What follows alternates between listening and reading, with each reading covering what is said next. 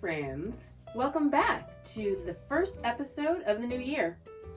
This episode was going to be about one of my favorite jazz singers, but then Sidney Poitier passed away and it really hit me.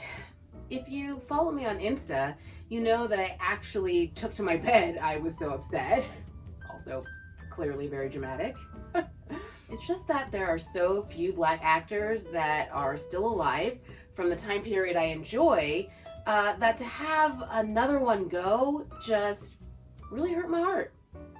I don't even know what I'll do when my two queens, Nichelle Nichols and Miss Pam Grier, pass. I mean, probably be inconsolable for quite some time. Anyway, I decided to focus today's episode on the personal life and career of Sidney Poitier, the good, the great, the bad, and the ugly. I'm going to be starting with his early life up until 1959, and because there's so much information and I like to keep these relatively short, my next episode I'll take you from 1960 to the present. All right, let's get started.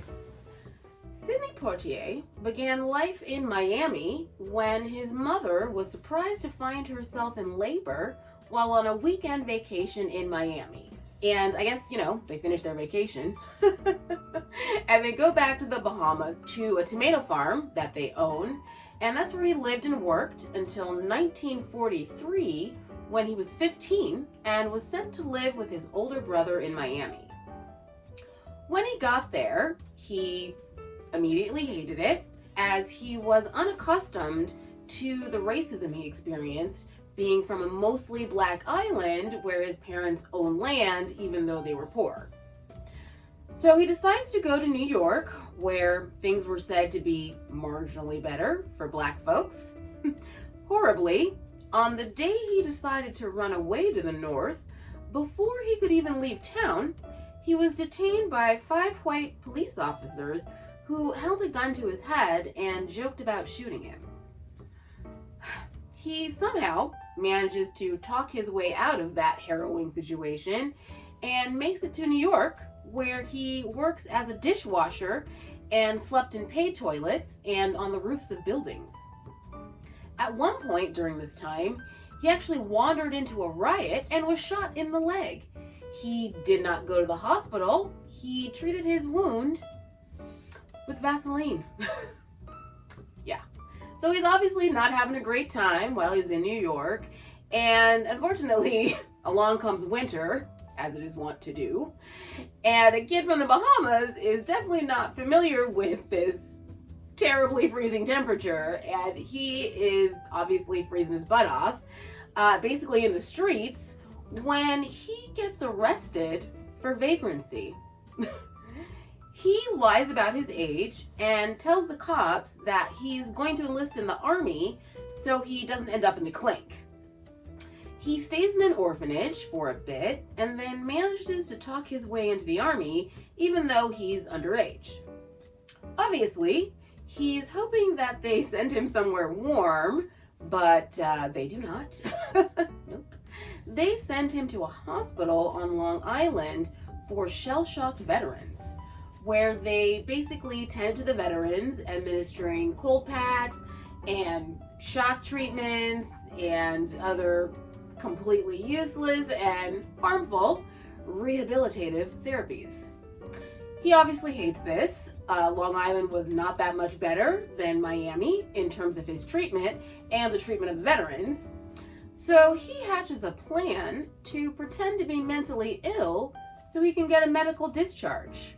Apparently it was considered the more manly way to get out of serving.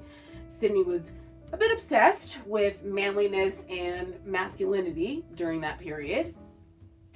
This was also his first real experience with acting, as if he didn't sell it, he'd be put in a military jail, but if he sold it too well, his superiors might notice that he was faking and he'd be court-martialed and put into a military prison.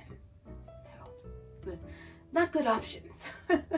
Luckily, he sold it just well enough to be sent to the violently insane ward of a military hospital, and he ends up in a psychiatrist's office that happens to be white. Sidney tells the psychiatrist the truth, and the psychiatrist was so impressed with his ingenuity that he asked him to start meeting every day. During this time is when Sidney really opens up to the psychiatrist. He tells him about the abuse he's seen in the hospital, the abuses he experienced at the hands of police, his childhood in the Bahamas, and his almost obsessive need to appear macho and impervious to the world. In a direct quote from his book, This Life, he said, "He led me inside myself, where I discovered that my psychological guard was constantly up, sometimes unnecessarily."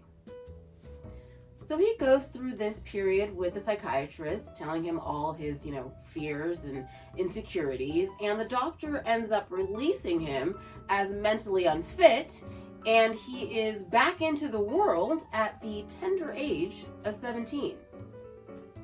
Sidney eventually decides that acting is his calling, and he auditions for and lands a spot in the American Negro Theater. Unfortunately, audiences did not care for him. I know, I also am surprised. Apparently he was tone deaf and he couldn't sing, and I guess all black actors were expected to know how to carry a tune at that time. So he decides to really get to work on his acting chops, smooth out his accent, and tries out for another acting gig 6 months later. He nails it, which leads to more recognition via the stage and an eventual role in the film No Way Out in 1950. No Way Out is a great movie, by the way, and very ahead of its time in that Sidney plays a doctor that treats a racist criminal and his brother. A black doctor on screen in 1950, basically unheard of. But Sidney did it. Incidentally, this is also the year he marries model Juanita Hardy, and they get started on making 4 daughters. Back to No Way Out. This one really gets him noticed, and as a result, he ends up getting cast in Cry the Beloved Country in 1951. His star-making role, though, came in 1955 with Blackboard Jungle, which was a film in which he plays a rebellious inner-city teen with musical talent. Poor man couldn't sing, still gotta sing. As a result, the role gave him access to juicier parts, not often available to his fellow black actors. The next blockbuster he was in starred Tony Curtis in Stanley Kramer's The Defiant Ones. He was nominated for an Oscar, making him the first black male actor to be nominated for a competitive Academy Award as Best Actor. So now we're going to fast forward to 1959, where he stars in the theater production of A Raisin in the Sun opposite my favorite, Miss Ruby Dee.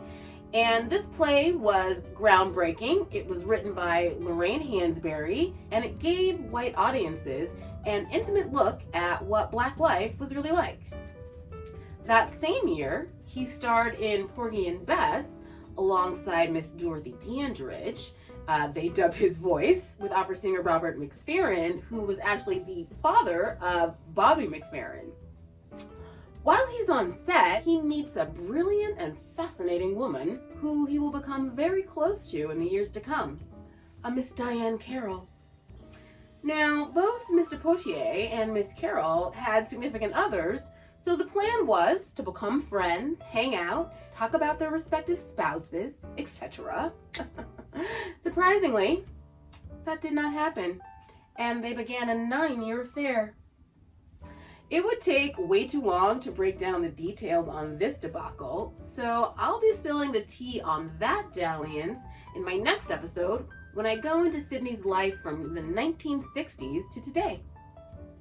As always, if you liked what you saw, please like and subscribe, and I'll see you the Friday after next when I conclude the life and times of Mr. Sidney Poitier.